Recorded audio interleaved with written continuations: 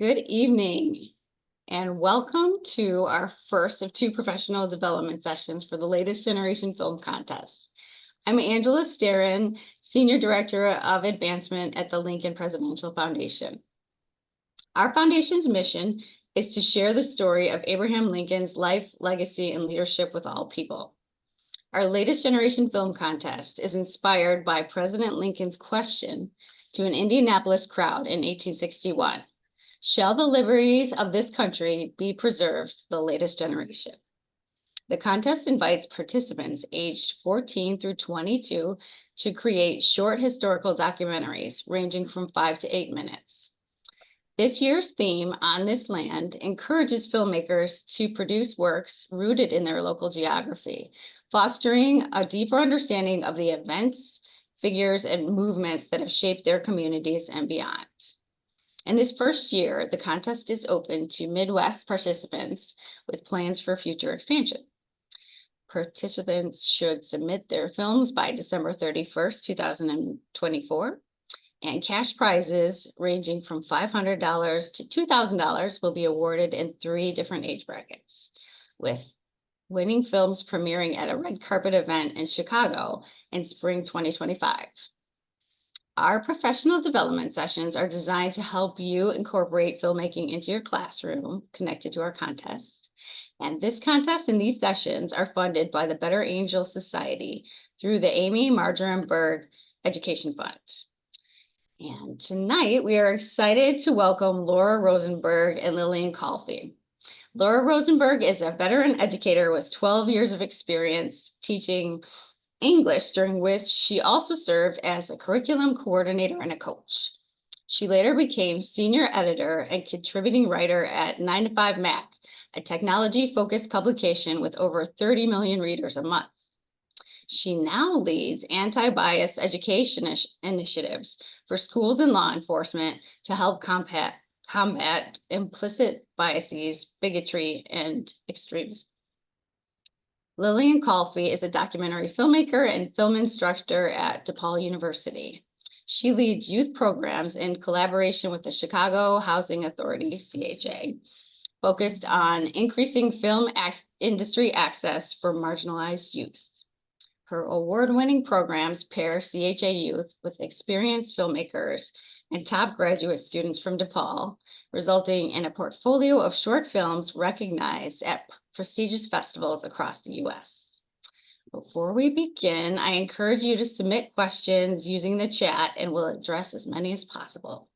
Now, please join me in welcoming Laura and Liliane. Thank you. Thanks, Angela. Thank you for having us. I am Laura, and that is Lily, my colleague in this contest, in this project. I'm going to go ahead and share my screen.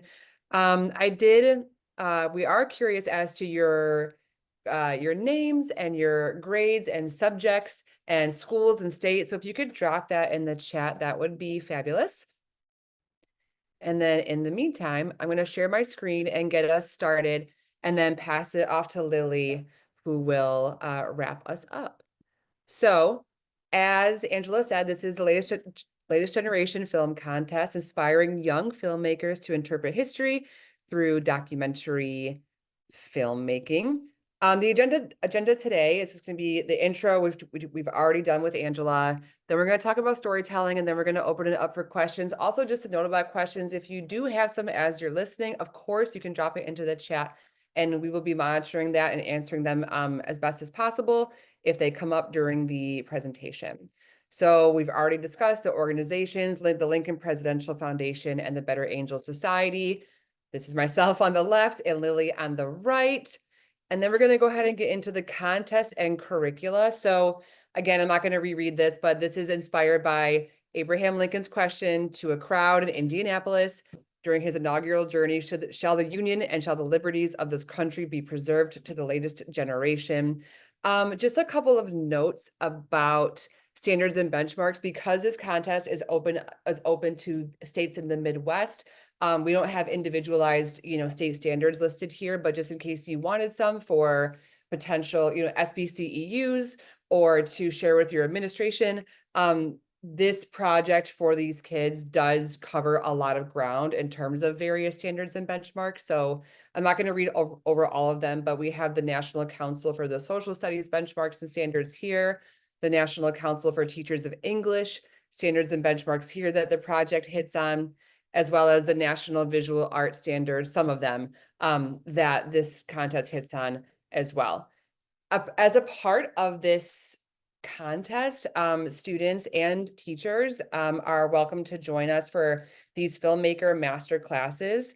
You can attend them, they're free. We've already had one just recently. It was September 24th, I want to say.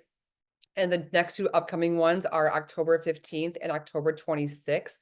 And each of these contests covers a different, or I'm sorry, master classes covers a different topic and has various established filmmakers presenting them, and each one is recorded as well for your convenience. Also, as a side note, you will have access to everything we are sharing with you, including this presentation, as well as a classroom copy. So if you're interested, you can always go back and watch. This is about an hour-long presentation on archival research and short form storytelling from Florentine Films. Upcoming on October 15th at 5 o'clock Eastern is History from Your Point of View, joining Stacey Robinson and Rita Coburn as they talk about their approaches to bringing the past to life. Super, super interesting. And then lastly, on October 26th, which is a Saturday, I believe, at noon Eastern, we have the Twin Cities PBS. So we have Emmy Award-winning history documentary producer and directors from Twin Cities PBS, Daniel Pierce Bergen and Kevin Dragseth and Laya Hale, to learn about storytelling structure, archival resources, and editing tips and tricks to bring content to life. So just some really cool bonuses as a part of this latest generation film contest. Just some questions to think about for your students, with your students, as they're starting to brainstorm for this project. Obviously, these are amenable to students' creativity and can really, as long as they can connect it to the theme on this land, it's going to be great, I'm sure. So for example, who lived on this land before me? What societal changes brought me here? Which specific cultural aspects define where I live? What sacrifices have been made to preserve this land? Why might where I live matter to someone who has never been here? What contributions has this land made to improve the world around me? And lastly, are there any specific individuals who have made an important contribution to where I live? So just like to get kind of the brainstorming sessions with your kids. So I'm going to stop sharing here and let my colleague Lily go ahead and get started on part 1 for storytelling. Thanks so much, Laura. We just want to make sure that the chat is actually working. We did ask if you're here and you wouldn't mind sharing, we'd love to get a sense of who's in this space and how we might best serve you in sharing this curriculum about documentary filmmaking, storytelling in the classroom. So if you wouldn't mind, you should see in the chat box my question here, which is putting your title, the grade, subject you teach, school, state in the chat. And if you're not an educator, who you are and why you're here. We'd love to get a sense of the community we have in this space at this moment. All right, I'm going to go ahead and start our presentation.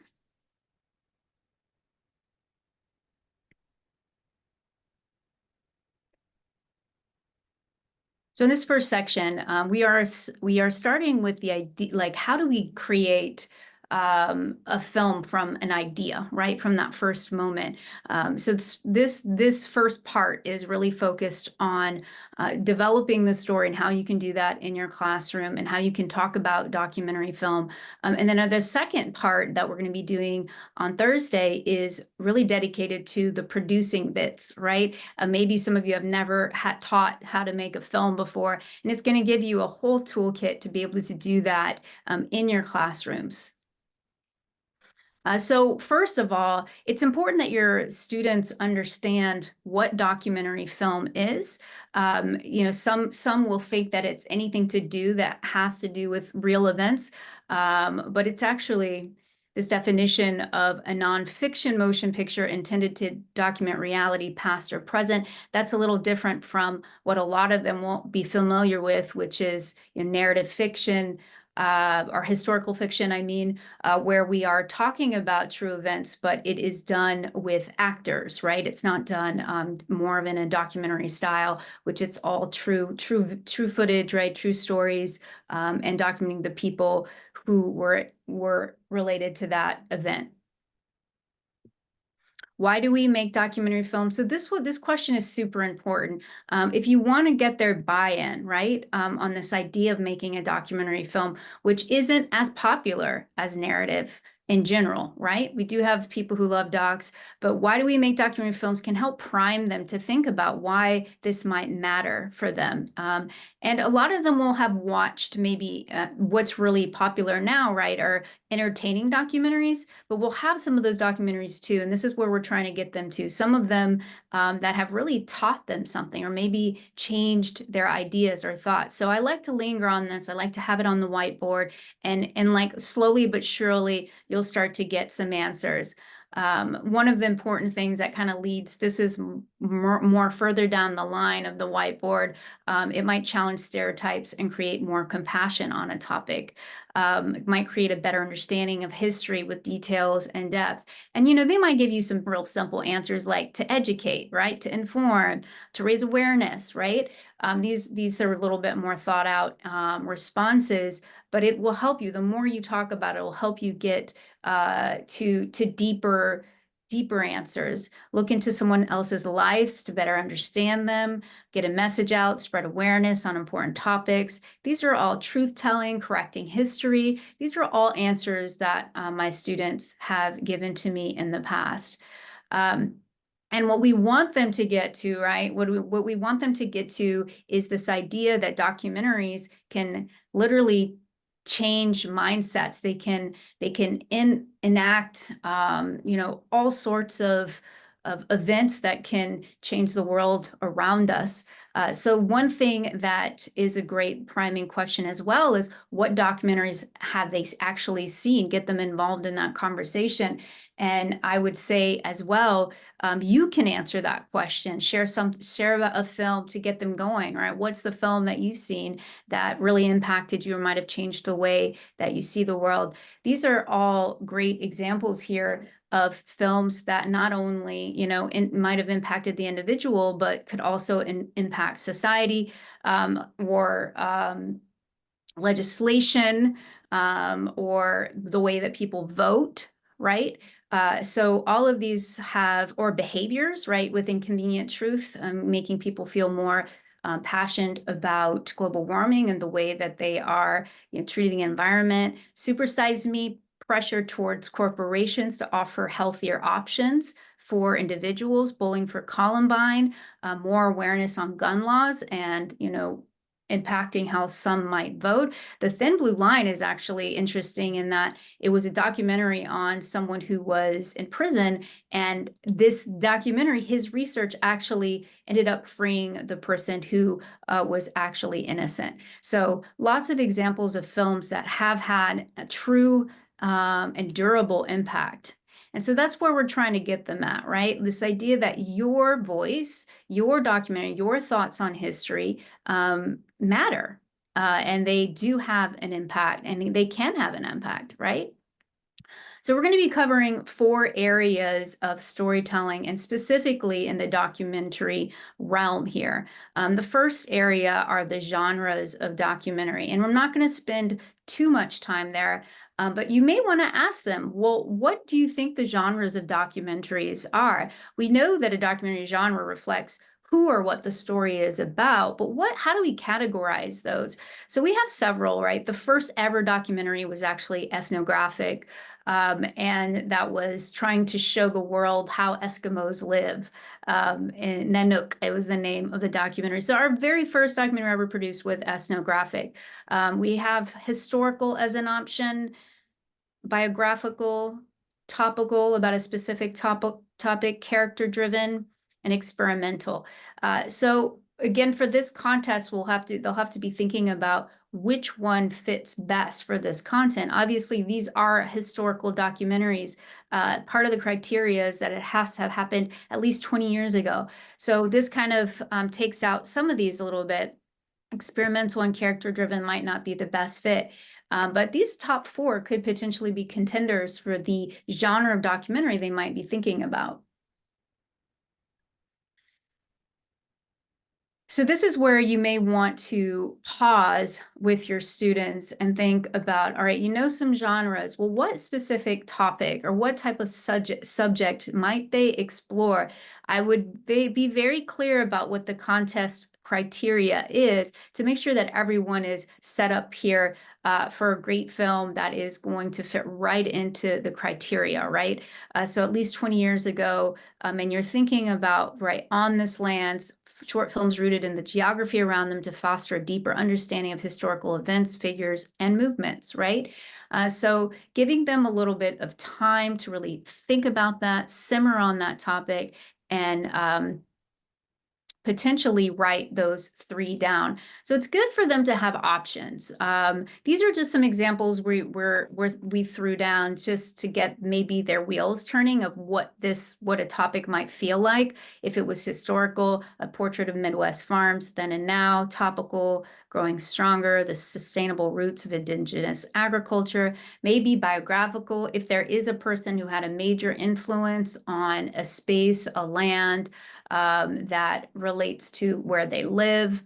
One thing that is really important when they're thinking about this is that they have to really care. They have to have genuine interest in it because making a documentary takes time. It's a lot of work, and they're going to be doing research, and we don't want to get too bored with it too quickly. This is them having an opportunity to investigate deeper into something that matters to them. And the more personal they are with it, the better. So for example, if they grew up on a family farm, we are doing the Midwest here, they might want to explore, well, what was farming, 20 years ago, 40 years ago? How did my family get into farming? How did that impact where I am today, right? So all of these topics, we're hoping for them to really get in there and have it resonate with them personally.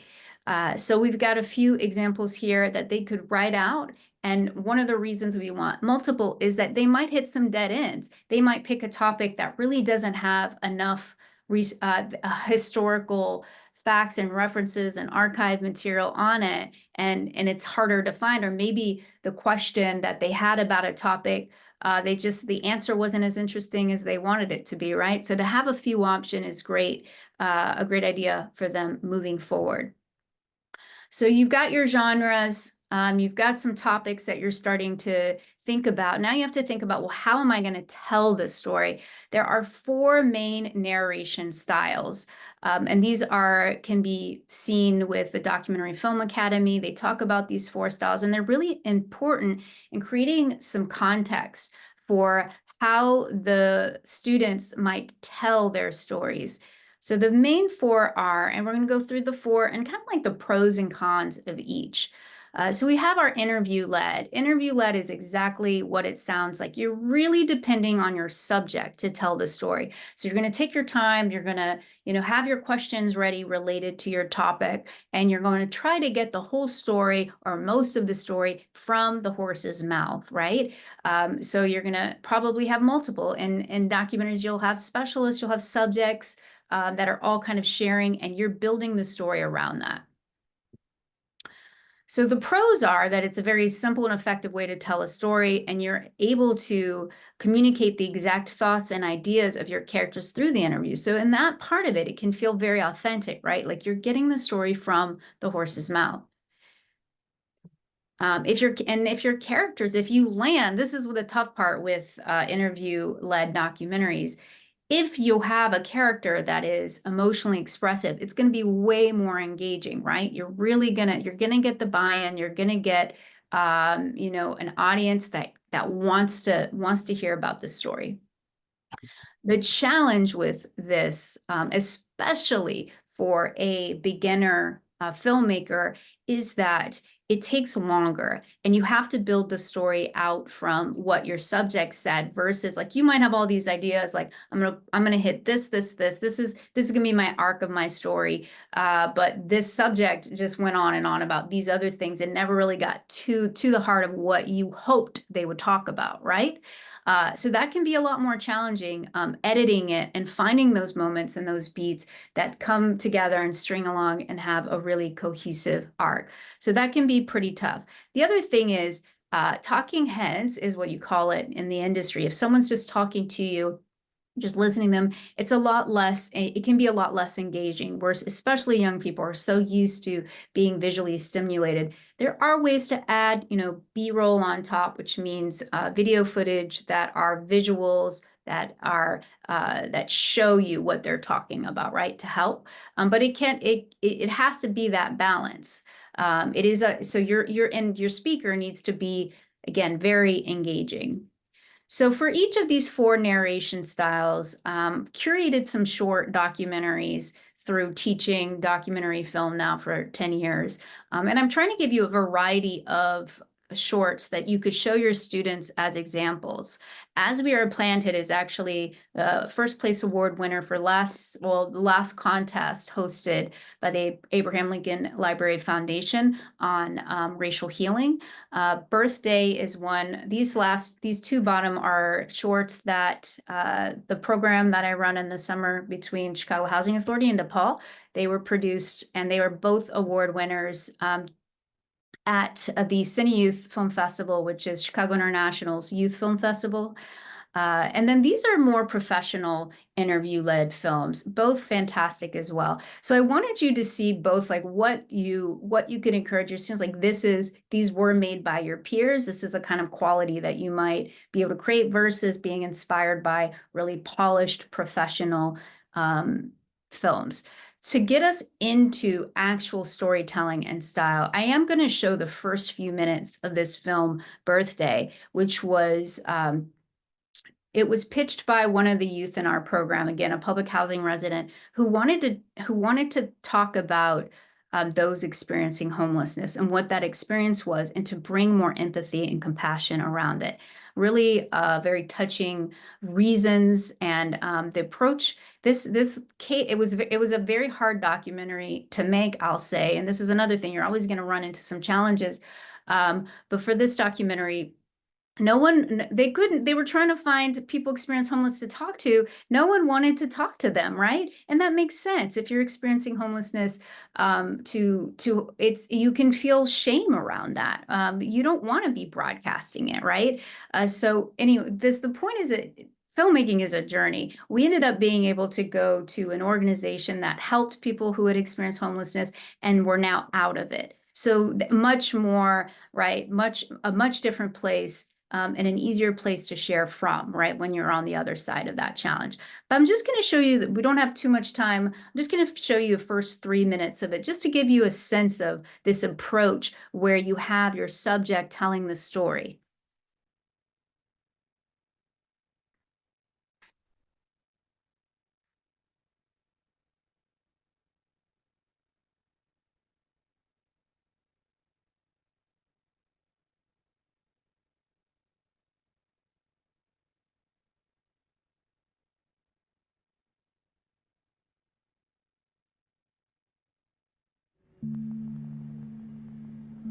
Get out of my way, you low life, you scumbag. People are mean like that, believe it or not. They be thinking like you a damn savage, you an animal.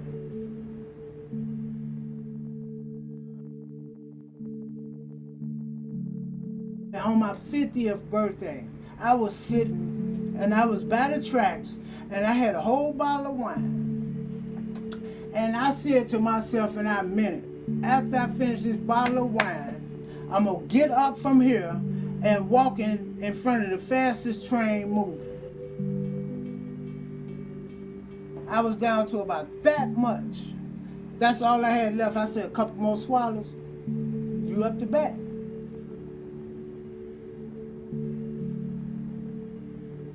Story y'all want to hear? The landlord going up the rent. I couldn't afford my rent. can afford my rent. So it's just me and my cat living place to place. Home is like when you're home with a family and you there every day with your kids and grandkids and you just somewhere to stay every day. That's a home. That's what I want. You just think automatically, yeah, I'm gonna go home, go to bed. You know, that's the same thing I thought. But my life's changed just like that. My sister came and got my mother from the home which me and my mother was living in, and she turned around and sold the house that I was living in. She actually sold the house with me in it. They should probably build more shelters, you know, and do more things for them so they won't have to be out here on the street. That could be you feel me?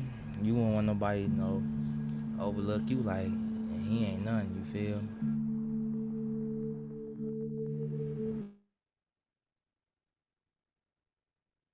I'm actually going to stop there. So in those first 2 minutes, right, we have subjects that take us on an emotional journey, and you have to watch the end of that documentary because there's a little twist at the end, and you find out what happens on the train tracks when he finishes that bottle of wine. But just makes the point, like, you do need a subject. This is a storyteller. We got a storyteller as our main subject, which is really helping shape the entire narrative of your documentary.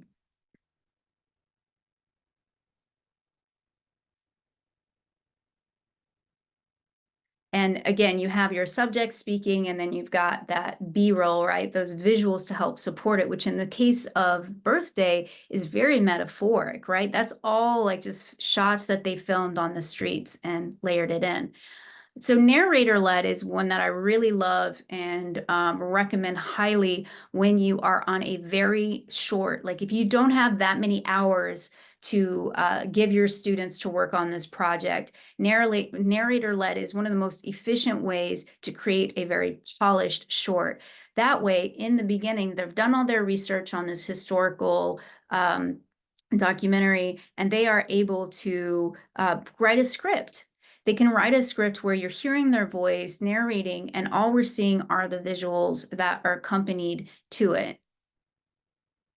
It gives them way more control over crafting the story, since it's going to be set up where you know what's going to be in it, and then all you have to do is plug in the visuals to support what you're saying versus trying to find the story in what someone else is saying.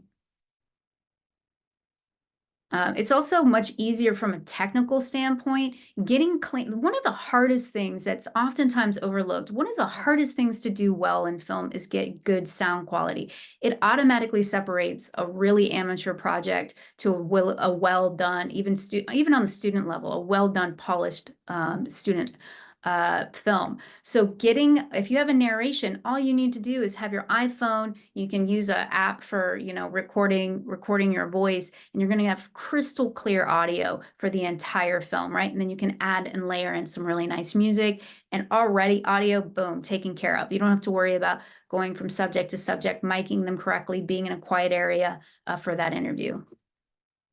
The con can be, the only negative can be, is if you are too forceful, right, with going super overly stylized, sometimes it feels like you lose a little bit of authenticity since you don't have the subjects there and you're speaking for them, right?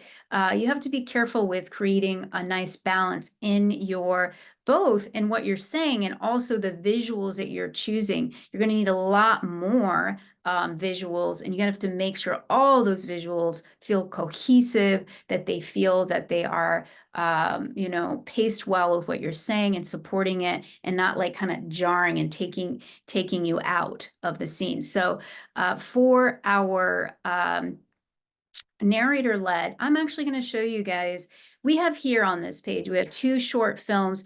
Again, Hush was from the last contest, the No Malice Film Contest, so you can see the example of a winner. It's a great film to watch.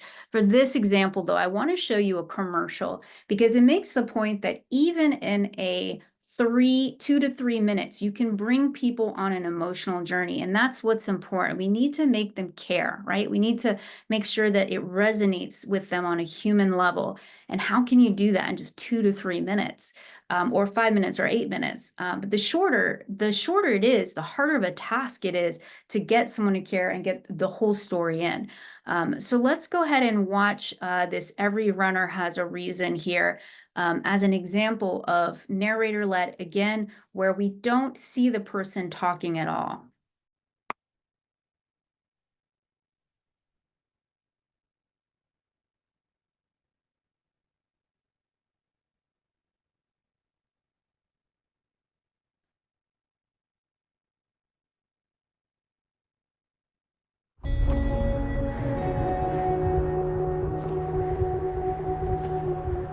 When I'm running, I feel like I'm not there. I feel like I'm somewhere else. I feel like I'm inside of myself. You know, it's like this spiritual moment, but I'm just like running and I'm just running. I might run for maybe 2 hours, and I'm a free person for those 2 hours. When people see me, they just see a runner. They don't look at me as a person that's homeless.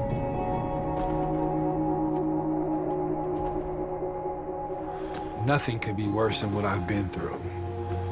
I feel like I've been to hell and back maybe 4 times. Cocaine, crack cocaine, heroin, meth. It was a battle. It was a very long battle.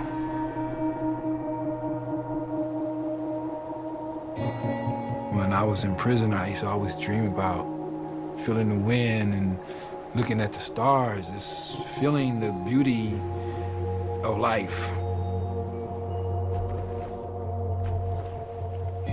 I just say, you know what? I need to learn how to make this life work. My running goes hand in hand with who I am. It makes everything feel at peace.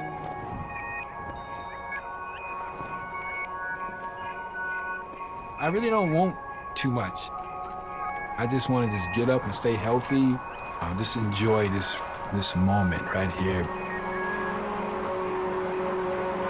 Every runner wants that.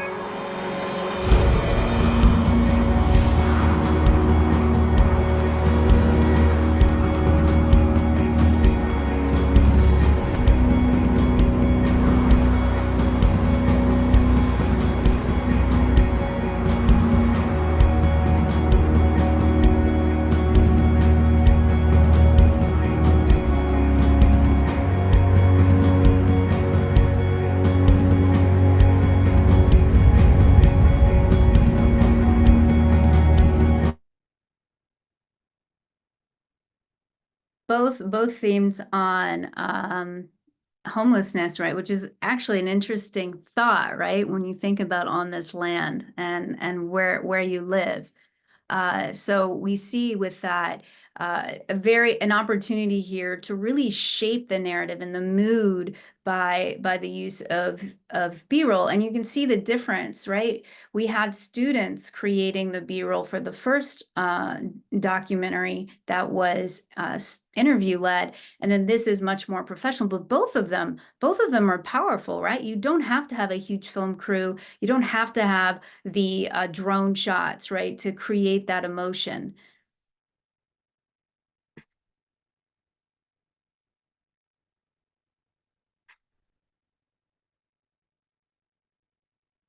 I recommend all of these, though, to watch them when you have a second. Presenter-led. Okay, so presenter-led is something that you all are probably very familiar with. Everybody's seen a YouTube video that's kind of a crash course on a topic, right? So this feels more like vlogging. Some of your students might have already, done this before or presented or done this as an assignment. So that allows you to have all your materials ready, kind of have the script that of what you're gonna talk about, and have yourself on camera presenting the information. So that in that way, it can be a great way to give a focus and center a larger point to your story. So it's almost like you've written a paper and you're putting, and you're gonna get to get all those main points. You're gonna get to get that thesis out, and it's gonna be nicely structured. You can add interviews in there as well. It can sometimes distract the audience from the main ideas of the story. It is a little less, it's a little less narrative, right? And more presenter mode. So the larger meaning that you want, the feeling that you want them to leave with sometimes can get lost in this, in this more presenter style. And if you're trying to make it look slick, right, it can get expensive if you're wanting to hire a professional presenter. It takes a certain type of person to be able to really, present well, be articulate in the way that they are explaining their points. I'm not going to show you any example. I'm sure all of you have seen some variations of a crash course module. A kid explains history. This is kind of fun, but this just gives you an example of this kid's been doing it for it's crazy. His first videos, he's like 5, 6 years old, and he's a full teenager now. But you can kind of see the evolution and like where he was at. But very well done. Must have some parents that spend a lot of time working with him on these, but really gives you that model. Another thing I'll say is that I highly recommend, if you are thinking about presenter mode here or presenting it to your students, the first professional workshop that was on Archives with Florentine Films, they show an example that's presenter mode that is really, really well done. About like a massacre of Native American peoples and how it was in history written as a battle versus a massacre, and how they changed that script.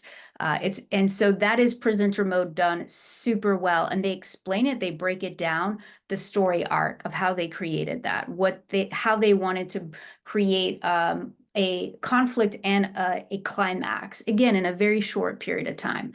So highly recommend. Observational led, probably my favorite style of documentary, however, really be very difficult to fit for this contest. In observational led, you as the filmmaker are a fly on the wall. You're just watching the story unfold. So this is for filmmakers who are interested in a topic and they put themselves in spaces that touch on that topic. Maybe it's subjects that are related to that topic, and they just observe, and then they find the story after. Typically takes a really long time to get that footage. And the story arc is going to, it's almost an art in of itself to find it afterwards. You're there and you don't know when something's going to happen that's going to be like, oh, that's going to be great for my story. So the pros, though, is that when it's well done, it's one of the most truthful and raw documentaries to watch. It can be done so beautifully. If you've seen Hoop Dreams, it's like classic. This is cinema verite, where you're trying to be an unbiased viewer and you're trying to bring people into a world that they would otherwise not see or experience. And obviously there's always going to be some bias of like, there is a camera in this space, right? People are going to feel and act potentially different, but it's the closest that we get to really honest storytelling when it comes to the genre of documentary film. It allows people to engage with the story from an objective standpoint. We've talked about that. And again, the challenge is it can be super time consuming. So I have 4 here. The ones on the left are more amateur filmmakers. You're going to find those on Vimeo. They're short films, which again, it's even harder to do it in the short film format. So these are 2 great examples, which I'm not going to show you. What I will show you is an example, again, trying to give you a variety here. This Honeyland is a observational led film that, for me, like transcended anything I'd ever seen in the category. I was completely blown away. I'm not sure if anyone has seen Honeyland before. It's a slow film in the sense that they just let you be there and almost in real time experience the life of this woman in this remote area who takes care of bees in this very traditional way. Kind of fits this theme very well. So I'm going to show you a trailer for it because you're going to see how beautiful it is and how impactful it is to get to be in such an intimate space of observer.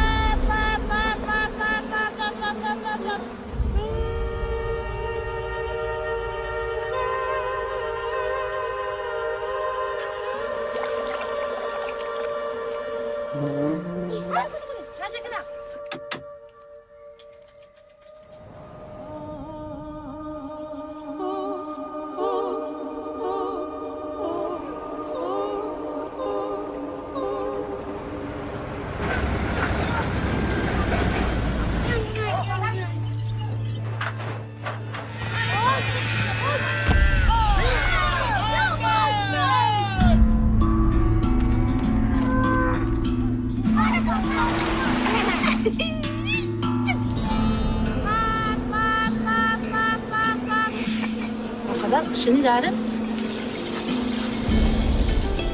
emsizde em. Yani sana yani bak.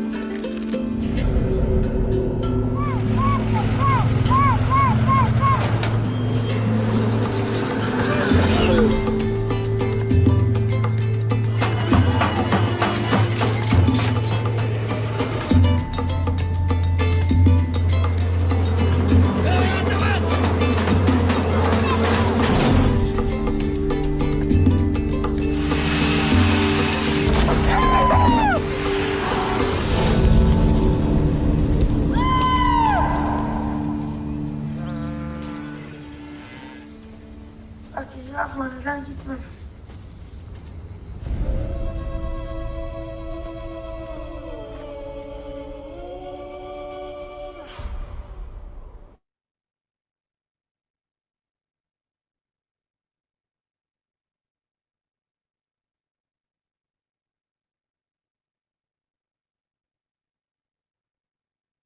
Again, highly recommend you see it if you haven't already. But really interesting documentary storytellers were out there doing a completely different topic. It was on environment and the water there. Ran into this woman and then decided this is a story we want to tell. And I think filmed it over maybe 2-year span and staying in a very remote area. Super interesting. So we have these 4 different. We went through these 4 different narration styles. So a good thing to do is once you've shown your student these very specific examples, right, of having the presenter style versus observational versus narrator-led versus interview, they can start to think about, well, look at my 3 topics and which one would fit best. Do I have subjects? Do I have subjects that I that can speak on this now? Maybe somebody has a grandmother that's still alive that can talk about what was in their neighborhood 50 years. How did it transform? How did it change? So subject-led might be the perfect fit for that. If they are an artist and creative and they love visual design, right? A narrator could be the perfect fit for them. Or if they're already out there with their YouTube channel and they've been vlogging for forever, that might be the perfect fit for them. So it's an idea to really think about, well, how can I format and structure this? So the next thing we're going to talk about is our storytelling devices. This is how we shape the story and how do we keep people really engaged, right? So all of these examples, I hope you can remember already, what are some of those visuals that you saw that accompanied, that helped you feel, really connected to what the topic was. So for historical documentaries, that can be more challenging. It is more challenging because you're going to have to dig up archival materials. And if it's longer than 20 years ago, your video content might be pretty rough, right? With technology increase, you're going to be looking, you're going to have all these different formats of video files and photos. So one way to work through that is to come up with a visual style to kind of help bring it and make it more cohesive. There's all sorts of ways that you can do that. And I'm not going to have time to show you all of these examples, but this would be a great tool in a classroom to show how you can create. And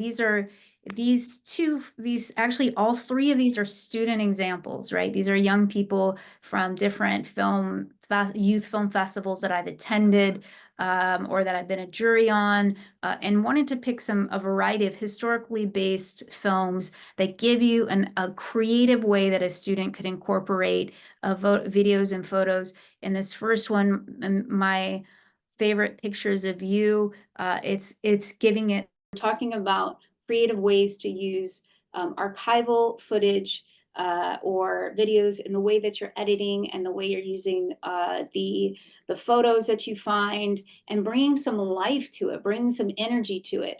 There's also the possibility of using reenactment. Sometimes you can create really kind of poetic, and for example, one film they needed a moment that felt really intimate to tell the story, and they didn't have footage of that. There was no photo to talk about when these two people first met.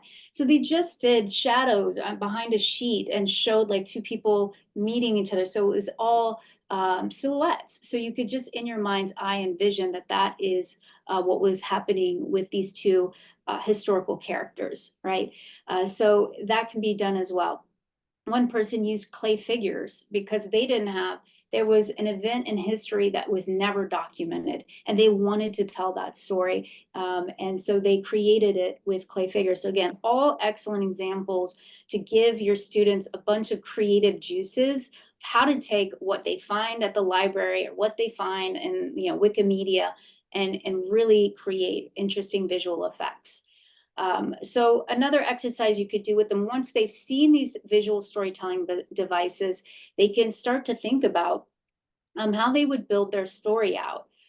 So what do they see in their mind's eye as they're telling the story about this topic or subject? Do they see big fields of green? They can start to write down like what that would feel like, what that would look like. How would it sound? Does it seem like it would sound uplifting? Does it need to seem dramatic? So as much as they can, they're going to create the world of their film. And then the last bit that we have here is our story structure. And in the story structure element, this is super key, especially for a short format film. So if you only have 5 to 7 minutes, it's very important in the beginning that you know how you're going to break this up. But first, you have to come up with that primary message. What is this short film going to be? What is this historical documentary going to be about? And the best films are always going to have some sort of hook, right? So if we go back to the example of Every Runner Has a Season, the hook comes in right around the 1.5 minute mark. We find out that this isn't just an athlete that loves to run. This person is experiencing homelessness. All of a sudden, like, oh, that's different. That's unique. So in the example that they showed in the professional development with Florentine Film, the hook is that this event was registered as battle when it was a massacre, and that needs to change, right? Something that makes us want to care, something that has us wanting to watch more, building that appetite. So the idea would be that they select one film, right? That they're starting one topic of the 3 that they have been building on, and start to think about that. What will the primary message of their story be? They will have needed to have some time to research their topic and better understand. And this is where classic film structure can really play very well. Classic film structure divides any film into 3 acts: Act 1, Act 2, Act 3. Act 1 is your beginning. You're showing them, and it's very similar to literature, right? You're creating the world, you're giving context, you're establishing who your characters are. What's the setup? You're going to end the beginning with a hook, something to get into the meteor section of your short film where you see the conflict. So if you think about, again, every runner has its season. In the middle, we're hearing the conflict of the challenges of being homeless. What were his experiences? How that shaped him?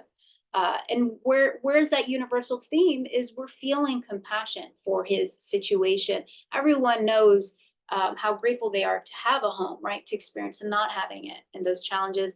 And then the end is your wrap up, which is, if you look at here, you've got beginning is only 25% of the time on screen, 50% your middle, your meat, right? This is where the conflict occurs, the need that exists. You're establishing a universal theme. And then the end, right at the end, at the 25%, this is where you have your answer. You have your answer to your question. You have the climax of your film. You have what needs to happen or what you learned, what you want the main principal message you want to leave your audience with, and then you wrap it up. So with this example, right, it's actually perfectly aligned with classic film structure in this short little, 3-minute commercial. And if you look at some of the other examples, you'll notice it's the same. Take however long, and this is where they would get into their exercise. You take however long they think their information is going to be. If it's a really meaty topic, they might be at 8 minutes. If they have a ton of research that they've done and they have tons of archival materials that they've found, they might be at 8 minutes. They know to break it down 25%, 50%, 25%. And start to think about it in those terms. It will help with the pacing. It'll help with the structure. It'll help with the audience seeing it and feeling like they are brought on to a journey, right? A film that has a strong story really helps your audience be super engaged throughout. And so when they're doing this, they're going to list it out. And then they're going to break it down in each section and try and have underneath each of those sections as many details as they see. So you have your beginning section, visuals of my grandmother's apartment, that kind of thing, and you're leading in each section. Optional exercise, and this is my last slide. An optional exercise, if you were to do this, and this is also if you just want to teach documentary. Like, the idea of this is that you have tons of tools for this contest and outside of this contest, right? But one thing I like to do with my students is to have them go search a Vimeo's documentary staff picks. There's a link to this, or Googling YouTube and YouTube award-winning short doc, and start to watch other really high quality documentary films and start to think about all of these things we talked about today. What is the genre of the documentary? What is the narration style? What storytelling devices did they use to support their image, that message that worked really well? And then what did you appreciate most about the film? It's something that they can share out. You can see some of the documentaries, and it allows them to be a part of it and to see what they care about and what is of interest to them. All right, so that ends the presentation with just a few minutes left to answer any questions. So I'm going to go ahead and stop sharing my screen here. And do we have any? I know we have 9 participants. Do we have any questions about any of the contest itself or any of the material that was shared?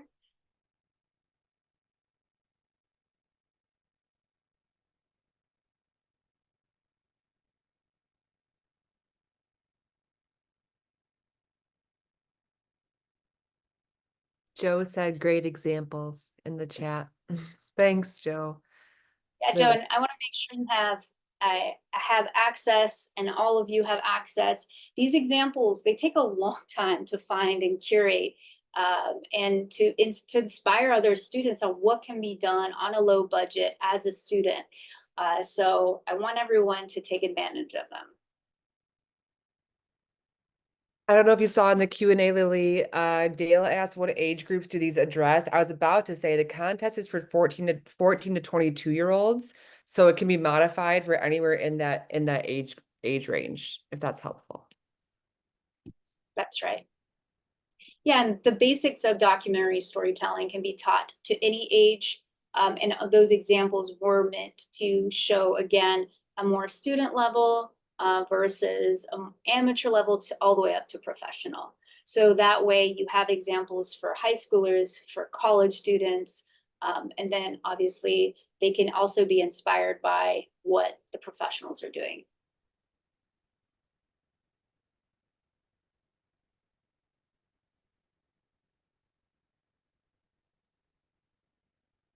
If there are no other questions, Angela, maybe you could kind of tell us when we can expect to have this on YouTube, probably pretty soon, right? Like in the next day or so? Yeah, it That shouldn't work? take too long to get that up there, and then we can have the slides as well. These examples were so fantastic, and I just can't wait to watch the rest of all of them. So thank you for gathering all of those. Any other questions out there? Oh, okay. Looking at using some for middle school, yeah. Yes, sense. exactly. Doing is the best. I agree. And filmmaking is so collaborative. And I'll say, like, the Thursday Session. workshop is going to be so helpful because if we're going to get into the nitty gritty of all the tools that you're going to need to actually produce the short, and also how to frame it within your classroom. Like, how do you get people working on teams? How do you get to that point, right? Because it'd be hard for each individual to make their own film, but getting them on teams, and how I would propose setting that up. And that'll be great for any classroom size, or I should say any age. And one other thing before I forget, which Laura mentioned, but just to emphasize, there's a classroom version of this Laura was, kind enough to put together so that it doesn't have the presenter mode. It's literally, you can just throw it up, onto your projector and go through the slides, and everything is there for you, speaking directly to your students. If there are no other questions, thank you for attending, Dale, Joe, Nancy, Robert, and I don't want to mispronounce the last name, so I'm going to say Olgun. And hopefully we'll see you on Thursday for our second session, same time, 7 p.m. Eastern, and have a great rest of your evenings. Okay, well, thank you so much. Thank you, Lillian. Thank you, Laura. And as they said, we invite you to continue on Thursday, 6 Central. And also a reminder, on October 15th, we have the Chicago filmmakers Stacey Robinson and Rita Coburn presenting History from Your Point of View, which will be really good too. And then on October 26th, Twin Cities PBS, Daniel Pierce Bergen, Kevin Dragstaff, Leah Hale, as they share insights into storytelling, structure, and editing. And to register, please visit our website at lincolnpresidential.org. And before you leave, we would really appreciate it if you could take a moment to complete a survey about tonight's webinar. So thank you once again for being with us, and we look forward to seeing you on Thursday. Have a good night.